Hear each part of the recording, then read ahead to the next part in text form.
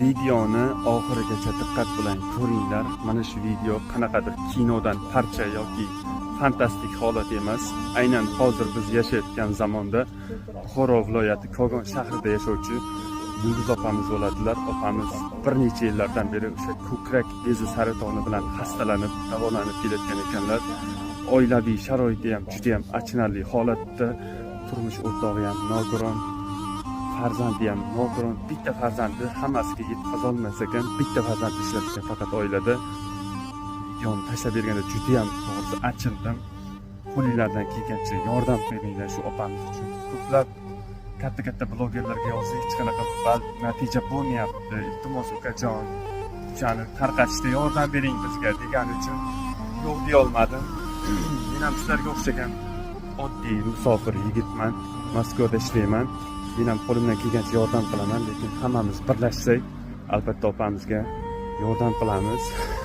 Hech kim yordam berishda nima desa bo'ladi? Hamma ham qo'ldan yordam berish keladi. Kimdir moddiy tarafdan, kimdir hech bo'lmasa like bosib, videoni 5-6 ta tanishlaringga tarqatib bo'lsa ham faqat befarq bo'lmasliklarini iltimos qilardim. Vaziyat juda ham og'ir. O'ylayman, sog'liq bilan bog'liq bo'lgan har qanday vaziyatda jim bee'tibor qarab videoni o'tkazib yubormaysizlar.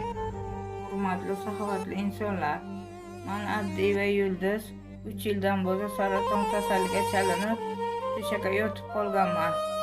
Men yashashni xohlayman, iltimos yordamingizni ayamang.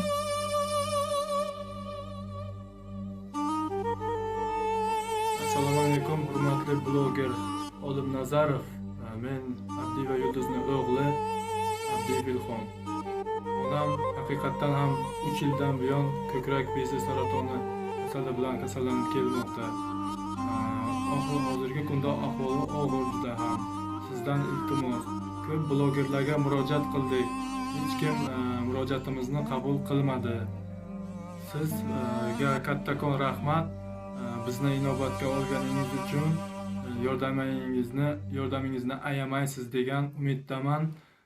Men bu oilada bir yolg'iz o'zim boquvchi.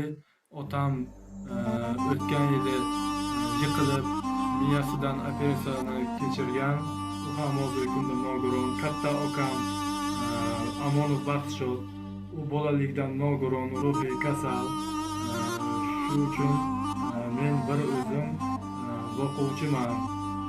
Qo'lingizdan kelguncha yordam qilishingizni so'rayman. Iltimos, onamning oyoqqa turib ketishlariga menga yordam qiling.